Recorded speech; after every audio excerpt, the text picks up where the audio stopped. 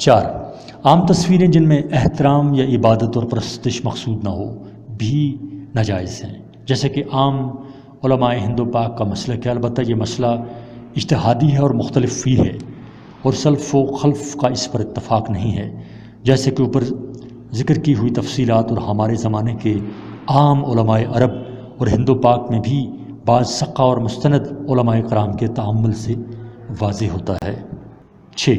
جہاں تصویر ایک ضرورت بن جائے، مثلا دفاعی مقاصد کے پیش نظر تصویر لی جائے، پولیس اسٹیشنوں میں اشرار اور غنڈہ عناصر کی تصویریں محفوظ رکھی جائیں، ریلوے، بس اور مختلف عوامی مواقع میں شناخت کے لیے تصویر درکار ہو، پاسپورٹ اور حج کے لیے تصویریں کھنچوانی ہوں، یہ تمام صورتیں درست اور جائز ہیں۔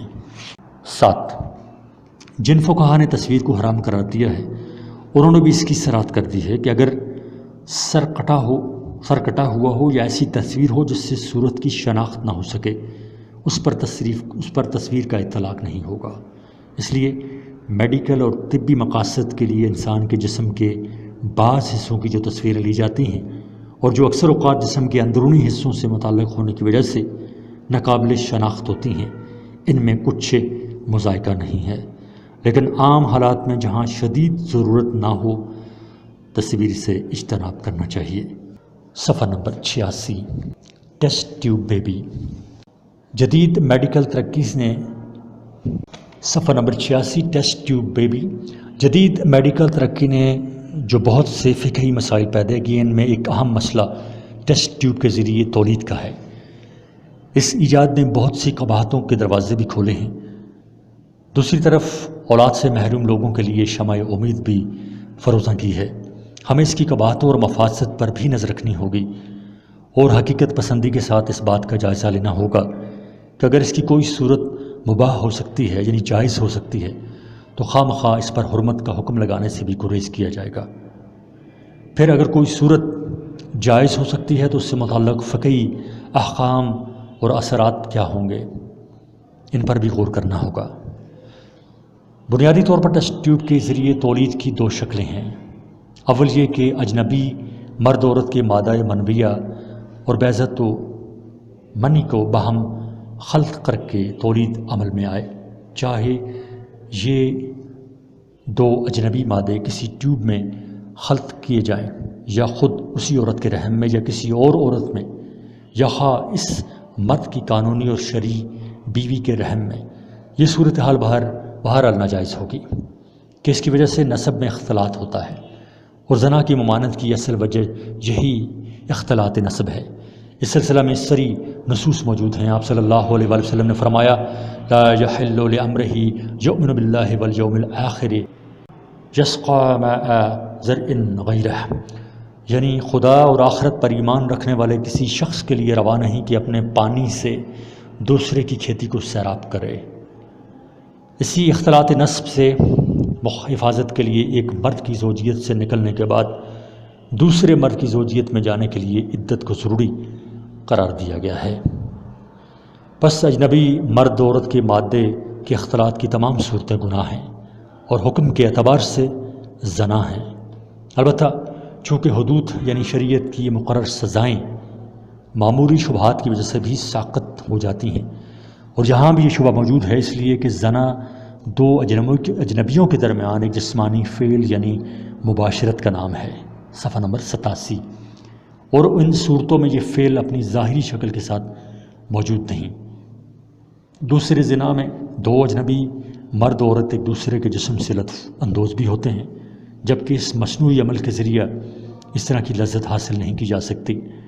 اس لیے اس عمل کی وجہ سے زنا کی مقررہ شرعی سزا یعنی حد نافذ نہیں کہی جائے گی۔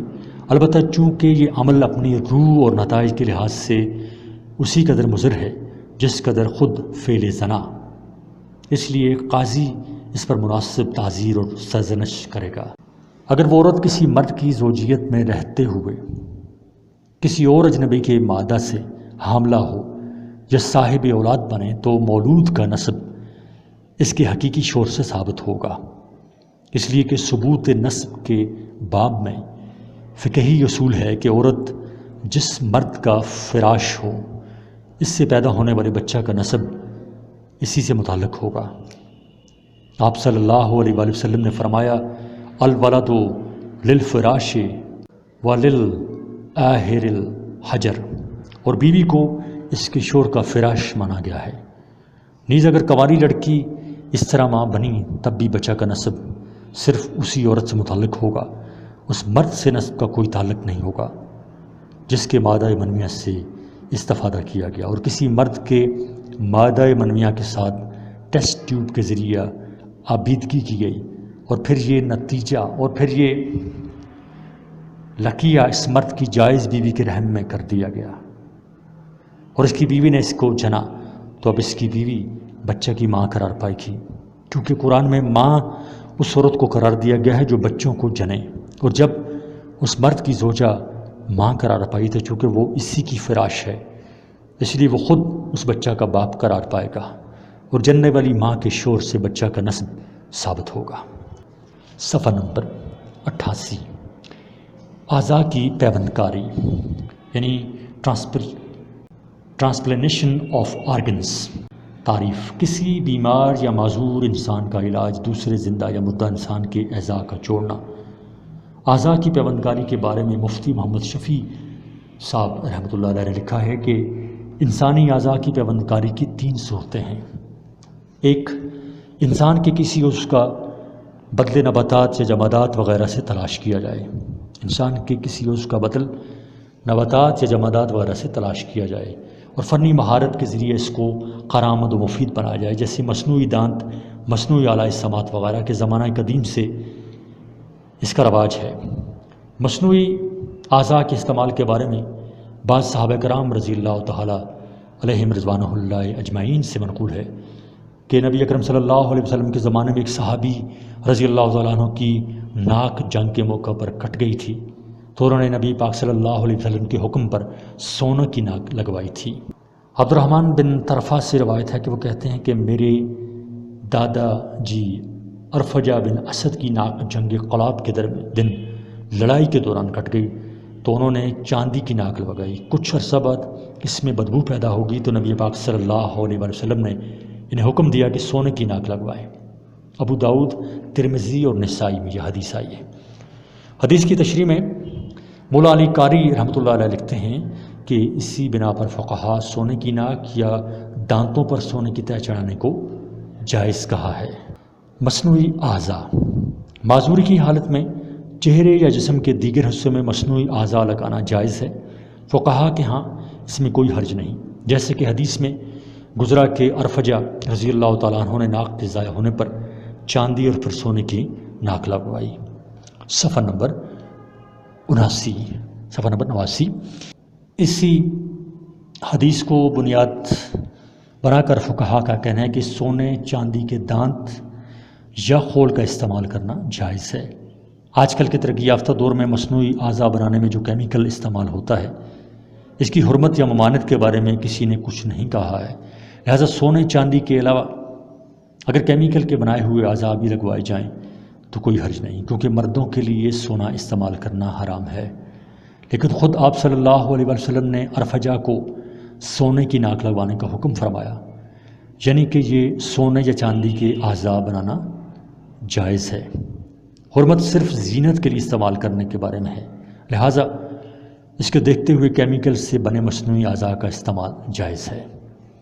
2، اصل عضو کے ضائع ہو جانے پر کسی حیوان کا عضو مثلاً آنکھ کی جگہ بکری کی آنکھ لگائی جائے، یا کوئی ہڈی ٹوٹ جائے تو کسی جانور کی ہڈی لگا دی جائے، تو یہ صورت بھی زمانہ قدیم میں رائج تھی، جیسا کہ فتاوی عالمگیری میں ہے۔ امام محمد رحمہ اللہ کا قول ہے کہ بوقت ضرورت حیوانات مثلاً بکری، گائے، اونٹ یا گھوڑے وغیرہ کی ہڈی بطور علاج استعمال کرنا جائز ہے، سوائے انسان یعنی بوجہ عظمت اور خنزیر کے بوجہ نجس ہونے کے۔ 3، جسم کے کسی حصے یا عضو کے تلف ہو جانے کے پر اس کے علاج کی تیسری صورت یہ ہے کہ کسی دوسرے انسان کا عضو بدن لے کر لگایا جائے، جیسے کسی کا گردہ ناکارہ ہو تو اس کو دوسرے انسان کا گردہ لگانا یا آنکھ لگانا وغیرہ، اگرچہ فی زمانہ اس کے کامیاب تجربات ہو چکے ہیں، لیکن اس کے ساتھ ہی اس کے کچھ منفی اور مضر پہلو بھی ہیں۔ اس سلسلہ کو وسیع اور اس میدان میں ترقی سے پہلے ان نقصانات اور مفاسد کو ایک نظر ضرور دیکھنا چاہیے۔ نمبر 1، سب سے پہلی بات تو یہ ہے کہ انسان اشرف المخلوقات ہے۔ ساری کائنات اللہ تعالیٰ نے، صفحہ نمبر 90، ساری کائنات اللہ تعالیٰ نے انسان کی خدمت کے لیے بنائی ہے، اور انسان کو اپنی عبادت کے لیے، علاج معالجہ کے لیے طرح طرح کی جڑی بوٹیاں پیدا کی، جن سے بوقت ضرورت فائدہ اٹھایا جا سکتا ہے۔ حیوانات کے اعزاز سے بھی اس میں کام لیا جا سکتا ہے کہ اللہ تعالیٰ نے ان میں بعض کو ذبح کرنے، کھانے وغیرہ کے لیے حلال اور ان کے من چاہی استعمال کو جائز قرار دیا ہے۔ انسان چونکہ ایک محترم مخلوق ہے، اس کے لیے اگر اس کے جسم کے ساتھ بھی یہ چیز پھاڑ اور کاٹ چھانٹ شروع ہو گئی تو یہ اللہ تعالیٰ کے اشرف مخلوق کی بے حرمتی ہوگی۔ دوسرا منفی پہلو یہ ہے کہ اللہ تعالیٰ نے انسانی بدن کو اپنی قدرت کاملہ ایک نمونہ اور مظہر بنا کر پیدا کیا ہے، اور اس میں بولنے، سننے، دیکھنے، چلنے پھرنے، پکڑ دکڑ وغیرہ کے لیے ایسے خودکار آلات نصب کیے ہیں کہ ساری دنیا کی ٹیکنالوجی اور ٹیکنالوجسٹ مل کر بھی اس کے بنانے سے عاجز ہیں۔ یہ سب چیزیں انسان کے پاس اللہ تعالیٰ کی امانت ہیں، یعنی انسان ان چیزوں کا مالک نہیں۔ یہی وجہ ہے کہ انسان کے لیے خودکشی حرام ہے، کیونکہ یہ روح اس کی ملکیت نہیں جسے وہ بدن سے نکال رہا ہے۔ ایسے ہی اپنے جسم کا کوئی عضو کسی دوسرے کو رضاکارانہ طور پر بلا معاوضہ یا معاوضہ لے کر دینا حرام ہے۔ شریعت نے بھوک پیاس سے نڈھال شخص کے لیے بقدر ضرورت خنزیر یعنی خون مردار جانوروں سے بڑھ کر غیر اللہ کے نام پر دیا جانے والا کھانا حلال کر دیا ہے، لیکن انسانی گوشت کو نہیں۔ لہٰذا جب انتہائی مجبوری میں انسانی گوشت کو نہیں کھایا جا سکتا تو اس کے عضو بدن کو کیوں کر دوسرے بدن میں لگوایا جا سکتا ہے؟ اور پھر خرید و فروخت، ہدیہ و بخشش اپنی ملکیت میں ہوتی ہے، دوسروں کی ملکیت میں نہیں۔ 3، اعضاء کی پیوند کاری کے میدان میں میڈیکل نے ہوش ربا ترقی کی ہے، اور اس میدان میں کمال فن کا مظاہرہ کرتے ہوئے بینا انسان کی آنکھیں نابینا کے چہرے پر فٹ کر کے اسے بینا بنا دیا ہے۔ ایسے ہی گردہ، پھیپھڑا اور ان کا بھی یہی حال ہے۔ اس کام کے مضر اثرات سے بچنے کے لیے اگرچہ کچھ وقتی پابندیاں لگائی گئی ہیں کہ صرف انہی لوگوں کے اعضاء لیے جائیں گے جو رضاکارانہ طور پر دینے کے لیے تیار ہوں، صفحہ نمبر 91۔ سفر آخرت پر جانے والے ہوں، چاہے بیماری کے باعث یا سرکاری طور پر سزا کے طور پر، لیکن عقل سلیم کا حامل اور ایک تجربہ کار شخص کو ان کو وقتی اور عارضی پابندیوں سے تسلی نہیں ہو سکتی۔ بالفرض اگر اس طریقہ علاج کو رواج دیا گیا تو بہت جلد غریب، لاچار اور مجبور انسان کی آنکھوں، گردوں اور دیگر اعضائے جسم پر بازار میں بےقاؤ مال کی طرح بولی لگنی شروع ہو جائے گی کہ غربت انسان کو بہت کچھ کرنے پر مجبور کر دیتی ہے۔ اور پھر سرور کائنات صلی اللہ علیہ وسلم کا ارشاد بھی تو ہے کہ قاد الفقران یکون قفرا، ماخوذ از انسانی اعضاء کی پیوندکاری، مفتی محمد شفیع رحمہ اللہ۔ اب آتے ہیں اصل مسئلہ کی طرف کہ اعضاء کی پیوندکاری جائز ہے یا نہیں۔ تو جو فقہا اس کو جائز سمجھتے ہیں، ان کا کہنا ہے کہ ضرورت کی بنیاد پر ایسا کرنا جائز ہے، کیونکہ بعض اوقات ضرورت کی وجہ سے ایک ناجائز کام جائز ہو جاتا ہے، لہٰذا یہاں بھی ضرورت کی بنا پر پیوندکاری کو جائز ہونا چاہیے۔ خلاصہ نمبر 1، اعضاء انسانی کی پیوندکاری کے لیے جو طبی طریقہ ایجاد ہوا ہے اس میں توہین انسانیت نہ ہو۔ 2، اس لیے یہ جائز ہے بشرطے کہ اس کا مقصود کسی مریض کی جان بچانا یا کسی اہم جسمانی منفعت کو لوٹانا ہو، جیسے بینائی۔ 3، اور طبیب حاذق نے بتایا ہو کہ اس کی وجہ سے صحت کا غالب گمان ہے۔ 4، غیر مسلم کے اعضاء بھی مسلمان کے جسم میں لگائے جا سکتے ہیں۔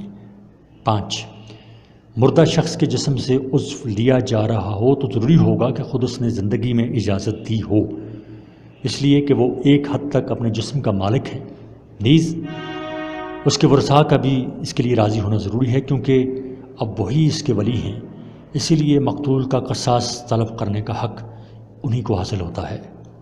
6، زندہ شخص کا عضو حاصل کیا جا رہا ہو تو ضروری ہوگا کہ خود اس نے اجازت دی ہو اور اس وجہ سے اس کو ضرر شدید نہ ہو۔ صفحہ نمبر 92۔ 7، شوافی اور حنابلہ کے یہاں اعضاء کی خرید و فروخت دونوں کی گنجائش ہے، اور احناف کے نزدیک بدرجہ مجبوری خرید سکتے ہیں، فروخت نہیں کر سکتے ہیں۔ صفحہ نمبر 92۔ انتقال خون یعنی بلڈ ٹرانسفیوژن۔ مرور زمانہ کے ساتھ ساتھ انسان نے جتنی ترقی کی ہے اتنی ہی پستی کا بھی شکار رہا ہے۔ اگر ہم تاریخ انسانی پر ایک سرسری نگاہ دوڑائیں تو یہ بات سامنے آ جاتی ہے کہ جتنی ترقی انسان نے اس دور میں کی ہے روز اول سے آج تک کبھی نہیں کی، لیکن اس کے ساتھ ہمیں یہ بھی دیکھنے کو ملتا ہے کہ جتنا بے بس انسان اس دور میں ہے پہلے کبھی نہیں تھا۔ جتنی بیماریوں کا شکار اس ترقی یافتہ دور میں ہے اتنی بیماریاں پتھر کے زمانے میں بھی نہیں تھیں۔ جن مسائل کے چنگل میں وہ آج پھنسا ہوا ہے اتنا یہ اس دور میں بھی نہیں تھا جب جدید ٹیکنالوجی سے وہ نہ بلد اور کوسوں دور تھا۔ آج کل ایسی بیماریاں انسانی جسم میں درائی ہیں کہ دنیا بھر کے حکماء، ڈاکٹرز اور اطباء نے انہیں لا علاج قرار دیا ہے۔ انہی میں ایک بیماری خون کی کمی ہے۔ بعض اوقات انسان کے جسم میں خون بالکل ختم ہو جاتا ہے اور جسم میں اتنی صلاحیت نہیں ہوتی کہ وہ مزید نیا خون بنا سکے۔ اس صورت میں یا تو انسان زندگی سے ہاتھ دھو بیٹھتا ہے یا سانسوں کے سلسلے کو برقرار رکھنے کے لیے کسی کا خون اپنے جسم میں چڑھا لیتا ہے۔ اب ایسا کرنا یعنی ایک انسان کا خون دوسرے انسان کے جسم میں داخل کرنا درست ہے یا نہیں، اس کا جواب جاننے کے لیے ہم مفتی محمد شفیع رحمہ اللہ کی کتاب آلات جدیدہ کے شرعی احکام سے ان کی تحریر کا رب لباب نقل کرتے ہیں۔ خون کے بارے میں اصل تو یہی ہے کہ نجاست غلیظہ ہے جو کہ حرام ہے، چاہے اس کا استعمال ظاہری ہو یا باطنی، کیونکہ بعض صحابہ کرام رضی اللہ تعالیٰ عنہم نے نبی پاک صلی اللہ علیہ وآلہ وسلم سے اس بارے میں اجازت چاہی کہ ہم کشتیاں بنانے یعنی مضبوطی کے لیے مضبوطی کے لیے نباک چربی یا چمڑے کو استعمال کر سکتے ہیں۔ صفحہ نمبر 93۔ تو آپ صلی اللہ علیہ وآلہ وسلم نے جواب میں فرمایا کہ نہیں، یہ حرام ہے۔ رہی بات خون کی، تو چونکہ خون انسانی بدن کا جز ہے اور دیگر اعضاء کی طرح یہ بھی قابل احترام ہے، لیکن ایسی اضطراری حالت میں جب کہ خون استعمال کرنے کے علاوہ مریض کی صحت یابی کی امید نہ ہو، جیسے کسی کو گولی لگے یا کوئی حادثہ پیش آئے یا کوئی ضروری آپریشن کیا جائے جس کی وجہ سے بدن سے خون ایک محتدبہ مقدار خارج ہو جائے، تو ان حالات میں مریض کو دوسرے انسان کا خون چڑھانا جائز ہے۔ اگرچہ خون حرام ہے لیکن خود قرآن کریم میں اضطراری حالت میں اس کے بقدر ضرورت استعمال یعنی کھانے کی اجازت دی گئی ہے، تو مجبوری کی حالت میں رگوں میں چڑھانا تو بطریقہ اولا جائز ہوگا۔ ارشاد باری تعالیٰ ہے، انما حرم علیکم المیتۃ والدم ولحم الخنزیر وما احل به لغیر اللہ فمن اضطر غیر باغ ولا عاد فلا اثم علیہ۔ حرام ہے تم پر مردار، خون، خنزیر کا گوشت اور وہ جانور جس پر غیر اللہ کا نام لیا گیا ہو، یعنی اللہ کے سوا کسی اور کے نام پر ذبح کیا گیا ہو۔ بس جو شخص مجبور ہو جائے، بھوک یا پیاس لگ جائے اور کوئی علاج حلال چیز پاس نہیں اور نہ ہی قریب میں ملنے کی امید ہو اور نہ ہو وہ گناہ کا قصد کرنے والا یا حد سے بڑھنے والا، یعنی اگر ان چیزوں میں سے کوئی چیز کھا لے تو اس پر کوئی گناہ نہیں۔ انسان کو خون منتقل کرنے کی ضرورت کی کئی وجوہات ہو سکتی ہیں۔ بعض اوقات کسی حادثہ میں زخم لگ جاتا ہے جس سے بہت زیادہ خون بہہ کر انسان کو موت کے منہ میں پہنچا دیتا ہے، اس موقع پر اسے خون دے کر بچایا جا سکتا ہے۔ یہ بھی ہو سکتا ہے کہ جگر جو خون بناتا اور سارے بدن کو سپلائی کرتا ہے کام کرنا چھوڑ دے، جس کی وجہ سے خون کی تیاری اور سپلائی میں رکاوٹ آ جائے اور انسان زندہ لاش بن جائے۔ اس کے علاوہ کئی اور صورتیں بھی ہیں جن میں انسانی بدن کو خون کی اشد ضرورت محسوس ہوتی ہے، تو ان حالات و مواقع پر اگر کوئی ماہر مسلمان ڈاکٹر کہے تو شرعاً خون دینا اور چڑھانا جائز ہے۔ بعض لوگوں کے ذہن میں یہ اشکال ہوتا ہے کہ میاں بیوی میں سے کسی ایک کا خون، صفحہ نمبر 94، اگر دوسرے میاں بیوی میں سے اگر کسی ایک کا خون اگر دوسرے کو منتقل کیا جائے تو یہ نکاح پر اثر انداز ہوتا ہے یا نہیں۔ فقہا کا اگرچہ اس بارے میں دو ٹوک فیصلہ موجود نہیں کہ اس زمانہ میں رائج نہیں تھا، البتہ رضاعت پر قیاس کر کے ہم اس مسئلہ کا حل نکال سکتے ہیں۔ وہ ایسے کہ جب کوئی عورت کسی دوسری عورت کے بچوں کو پیدائش سے لے کر 2.5 سال تک کی مدت میں دودھ پلاتی ہے تو اس کی رضائی ماں بن جاتی ہے، اور اگر 2.5 سال کے بعد دودھ پلاتی ہے تو پھر حرمت رضاعت ثابت نہیں ہوتی، کیونکہ اب بچے کی نشوونما ماں کی دودھ پر منحصر نہیں ہے، بلکہ وہ دیگر غذائیں کھا سکتا ہے۔ اسی پر قیاس کر کے ہم کہہ سکتے ہیں کہ یہاں بھی میاں کا خون اگر بیوی کو یا بیوی کا خون میاں کو دیا جا رہا ہے تو یہ صرف سہارا دینے کے لیے اور کمی پورا کرنے کے لیے ہے، لہذا اس سے نکاح پر کوئی اثر نہیں پڑے گا۔ واللہ تعالی عالم۔ خون کی منتقلی میں کافر اور مسلمان، فاسق اور صالح کے بیچ کوئی فرق ہے یا سب کا ایک ہی حکم ہے؟ فقہی لحاظ سے تو بظاہر اس میں کوئی فرق نہیں، البتہ طبی لحاظ سے فرق کو ملحوظ رکھنا بہتر ہے، کیونکہ فاسق، فاجر یہ کافر کا خون جب ایک صالح مسلمان کے جسم میں جائے گا تو ظاہر ہے کہ اپنا اثر دکھائے گا۔ یہی وجہ ہے کہ پیدائش کے بعد بچوں کی تحنیک بھی کسی متقی اور پرہیزگار شخص سے کرائی جاتی ہے، اور بچے کو دودھ پلانے کے لیے شریعت نے نیک اور صالح عورت کے انتخاب کا حکم دیا ہے، لہٰذا کسی صالح مسلمان کے جسم میں بلا ضرورت شدیدہ کسی فاجر و فاسق کا خون نہ چڑھانا ہی بہتر اور افضل ہے۔ خون کی منتقلی کے جواز اور عدم جواز کے ساتھ ساتھ اکثر لوگ خون کی خرید و فروخت کے بارے میں بھی پوچھتے ہیں کہ آیا جائز ہے یا نہیں۔ تو اس کے متعلق حکم یہ ہے کہ فی نفس ہی خون کی خرید و فروخت جائز نہیں، لیکن جس طرح ضرورت کی بنا پر خون کا انتقال جائز قرار دیا گیا ہے، اسی طرح ضرورت کی بنا پر جبکہ مفت میں نہ ملے اور مریض کی جان جانے کا خطرہ ہو تو پھر قیمتاً لینا بھی درست ہے، البتہ خون دینے والے کے لیے اجرت لے کر خون دینا درست نہیں۔ صفحہ نمبر 95۔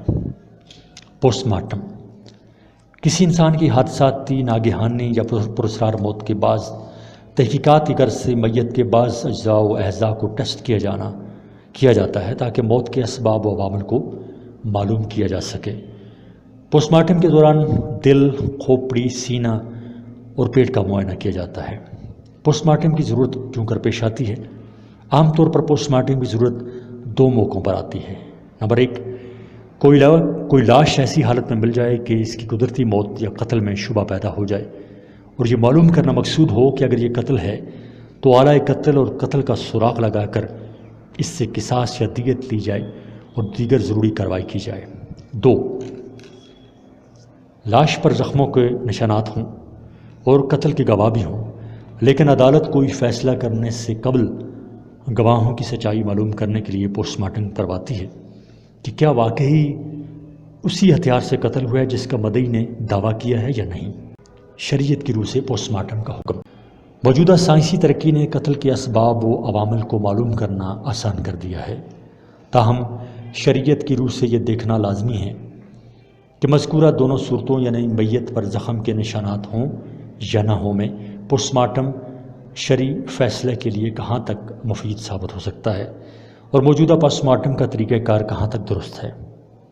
قتل کے مقدمے میں قاضی کے لیے 2 باتوں کا خیال ضروری ہوتا ہے۔ نمبر 1، قتل کے گواہ موجود ہوں اور شرعی معیار پر پورے اترتے ہیں اور یہ گواہی دیں کہ ہمارے سامنے فلاں بن فلاں نے فلاں وقت فلاں جگہ پر چاقو یا بندوق وغیرہ سے قتل کیا۔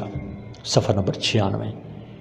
یا قاتل خود اقرار کرے تو قاضی کے فیصلے کے لیے کافی ہے، کیونکہ گواہوں کے لیے شریعت نے جو کڑی شرائط رکھی ہیں ان کے پائے جانے کے بعد اجرائے حکم میں تاخیر کی گنجائش نہیں رہتی اور نہ گواہوں کی موجودگی میں پوسٹ مارٹم کی ضرورت ہوتی ہے۔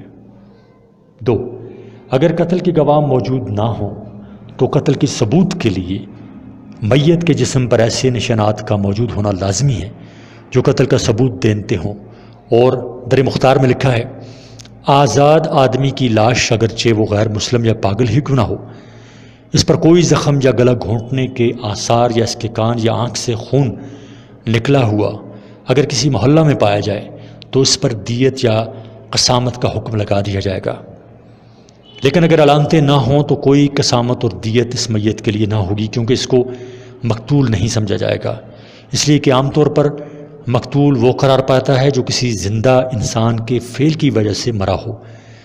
جب ایسا نہ ہوا ہو تو یہ سمجھا جائے گا کہ وہ اپنی فطری موت مرا ہے۔ اسی طرح ظاہر نشانات کا معائنہ ڈاکٹر یا غیر ڈاکٹر کوئی بھی کر سکتا ہے، لہٰذا اس میں کوئی کباط بھی نہیں ہے، بشرطیہ کہ شریعت کی حدود کا خیال رکھنا چاہیے۔ البتہ مسلمان عورت کے ظاہری معائنہ کے لیے کسی عورت کا ہونا ضروری ہے۔ پوسٹ مارٹم کے متعلق مفتی کفایت اللہ صاحب کا فتویٰ۔ پوسٹ مارٹم کی بہت سی صورتیں شرعی ضرورت کے بغیر واقع ہوتی ہیں جو ناجائز ہیں، اور اگر کوئی شرعی ضرورت کے ماتحت جائز بھی ہو جائیں تاہم اس میں شرعی احکام متعلقہ ستر و احترام کے منافی ہے، اور جب تک کوئی ایسی قوی وجہ نہ ہو کہ اس بے حرمتی کو نظر انداز کیا جا سکے، چیر پھاڑ مباح نہیں ہو سکتی، اور احترام میت یہاں تک ہے کہ میدان جنگ میں کافروں کی لاش کے مسئلہ کرنے کی اجازت نہیں۔ صفحہ نمبر 97۔ چونکہ شرعی نقطۂ نظر سے عدالتی فیصلہ میں پوسٹ مارٹم کی کوئی اہمیت نہیں، اس لیے پوسٹ مارٹم غیر ضروری ہے، اور جیسے کہ مذکورہ عبارات سے معلوم ہوا کہ بلا ضرورت چیر پھاڑ جائز نہیں، اسی طرح پوسٹ مارٹم بھی غیر شرعی ہے۔ مولانا خالد سیف اللہ رحمانی لکھتے ہیں، پوسٹ مارٹم اگر کسی ضرورت کے پیش نظر ناگزیر ہو جائے تو جائز ہے، مثلا مقدمہ کی تحقیق کے لیے موت کی وجہ معلوم کرنی ہو، یا کوئی شخص اپنا اندرونی عضو ہبہ کر دے، علماء اس کے جواز کا فتویٰ دے دیں اس لیے اس کو نکالنا ہو وغیرہ۔ چنانچہ فقہا نے اس مردہ حاملہ عورت کا پیٹ چاک کرنے کی اجازت دی ہے جس کے پیٹ کا بچہ ابھی زندہ ہے، تاکہ اس طرح اس کو نکالا جا سکے۔ میڈیکل تعلیم کی غرض سے پوسٹ مارٹم کا جواز قابل غور مسئلہ ہے۔ ایک طرف یہ ضرورت بھی ہے کہ اس طرح اگر تجرباتی تعلیم نہ دی جائے تو طلباء کے لیے انسانی جسم کی پیچیدہ ساخت کو سمجھنا مشکل ہو جائے گا، اور دوسری طرف اسلام میں مردہ کا جو احترام اور انسانیت کی جو تقریم پیش نظر رکھی گئی ہے وہ اس کی اجازت نہیں دیتی، اس لیے اس کے لیے پلاسٹک کے مصنوعی اعضاء اور جسم حیوانوں، مینڈک، بندر، بین ماس وغیرہ کے جسمانی تجزیے سے فائدہ اٹھانا چاہیے۔ لیکن اگر یہ اس مقصد کے لیے کافی نہ ہو تو انسانی لاشوں کا پوسٹ مارٹم بھی درست ہے، اس لیے کہ اس ایک نقصان سے بڑا اجتماعی اور قومی مفاد وابستہ ہے، اور فقہ کا اصول ہے کہ جہاں دو میں سے کسی ایک نقصان سے دو چار ہونا ناگزیر ہو جائے وہاں اہم تر نقصان سے بچنے کے لیے کم تر نقصان کو گوارا کر لیا جائے گا۔ لو کان احدہما اعظم ضررا من الآخر فإن الأشد يزال بالأخف۔ تشریح اعضاء یعنی آپریشن کے کئی عوامل ہوتے ہیں، مثلا پیدائشی کوئی عضو ناقص ہے، یا چھری، چاقو یا گولی سے چھلنی ہے۔ صفحہ نمبر 98۔ تو ایسی صورت میں انسان کی قیمتی زندگی بچانے کے لیے علاج کے طور پر آپریشن کیا جاتا ہے۔ چونکہ موجودہ دور میں میڈیکل سائنس کی ترقی عروج پر ہے اور زیادہ تر آپریشن کامیاب ہو جاتے ہیں، اور چونکہ آپریشن سے قبل منشی ادویات استعمال کی جاتی ہیں جس سے تکلیف کا احساس نہیں ہوتا، یعنی نشے والی وقتی طور پر جس میں انسان کو تکلیف کا احساس نہیں ہوتا، سن کر دیا جاتا ہے، منشی یعنی، اور اگرچہ کچھ تکلیف محسوس ہو بھی جائے تو اسلامی فقہ کی روح سے اصول یہ ہے کہ لو کان احدہما اعظم ضررا من الآخر فإن الأشد يزال بالأخف۔ اگر دو امور میں سے ایک کا ضرر دوسرے سے بہت بڑا ہو تو سخت ضرر کو ہلکے کے ساتھ زائل کیا جا سکتا ہے۔ تو اس اصول کے مطابق تھوڑی سی تکلیف سے بڑی تکلیف کو رفع کرنا جائز ہوگا۔ دوسری بات یہ ہے کہ آپریشن ضرورت کی وجہ سے کیا جاتا ہے۔ الضرورات تبیح المحظورات، ضرورتیں حرام کاموں کو مباح کرتی ہیں، یعنی اگر آپریشن میں کوئی شک غیر شرعی ہو بھی، مثلا بچے کی پیدائش میں پردہ نہیں رہتا تو بھی ضرورت کے تحت آپریشن جائز ہے۔ اس کی مثال فقہا سے یوں ملتی ہے کہ اگر عورت مر جائے اور اس کے پیٹ میں بچہ حرکت کر رہا ہو اور غالب گمان ہو کہ بچہ زندہ ہے تو اس کا پیٹ چاک کر کے بچے کو نکالا جائے۔ تشریح اعضاء ایک طرح کا علاج ہے اور سینگی لگوانے تک کا علاج احادیث سے ثابت ہے، لہٰذا شرعی نقطہ نظر سے آپریشن کرانے میں کوئی عیب نہیں ہے۔ انسان کا جسم اسلام میں ایک قابل احترام چیز ہے اور اس میں بے مقصد کانٹ چھانٹ گناہ ہے، لیکن اگر وہ خود جسم انسانی کی حفاظت اور علاج کے لیے اس کی ضرورت پڑ جائے تو اجازت ہے۔ ولا بأس بقطع العضو ان وقعت فی العاقلۃ لئلا تسری ولا یأس بشکل مسانۃ اذ قانت فیہا حساد۔ اگر عضو میں سڑن پیدا ہو جائے، ترجمہ اس کا یہ ہے کہ اگر عضو میں سڑن پیدا ہو جائے تو اس کے نشو و نما کو روکنے کے لیے اس کو کاٹ دینے میں کوئی مذائقہ نہیں، صفحہ نمبر 99۔ اور مثانہ میں کنکری ہو تو اس کو چیرنے میں بھی کوئی حرج نہیں۔ محض حسن و جمال میں اضافہ کے لیے اعضاء کی سرجری درست نہ ہوگی، اس لیے کہ یہ کوئی ضرورت نہیں ہے، اور اسلام آرائش و زیبائش کے لیے ان تکلفات کی اجازت نہیں دیتا۔ ہاں اگر پیدائشی طور پر کوئی عضو زیادہ ہو گیا ہو اور اس کو الگ کر دینے میں کوئی خطرہ نہ ہو تو آپریشن کے ذریعے اس کو الگ کیا جا سکتا ہے۔ خلاصہ، چونکہ انسان کا جسم اسلام میں ایک قابل احترام چیز ہے، جس کی بے مقصد کانٹ چھانٹ جو ہے وہ گناہ ہے، اس لیے ضرورت شدیدہ کی خاطر پوسٹ مارٹم یا آپریشن کرنا جائز ہوگا، ورنہ نہیں۔ اور اس کے ساتھ ہی آپ کی کتاب جدید فقہی مسائل برائے ایم اے اسلامیات اپنے اختتام کو پہنچی۔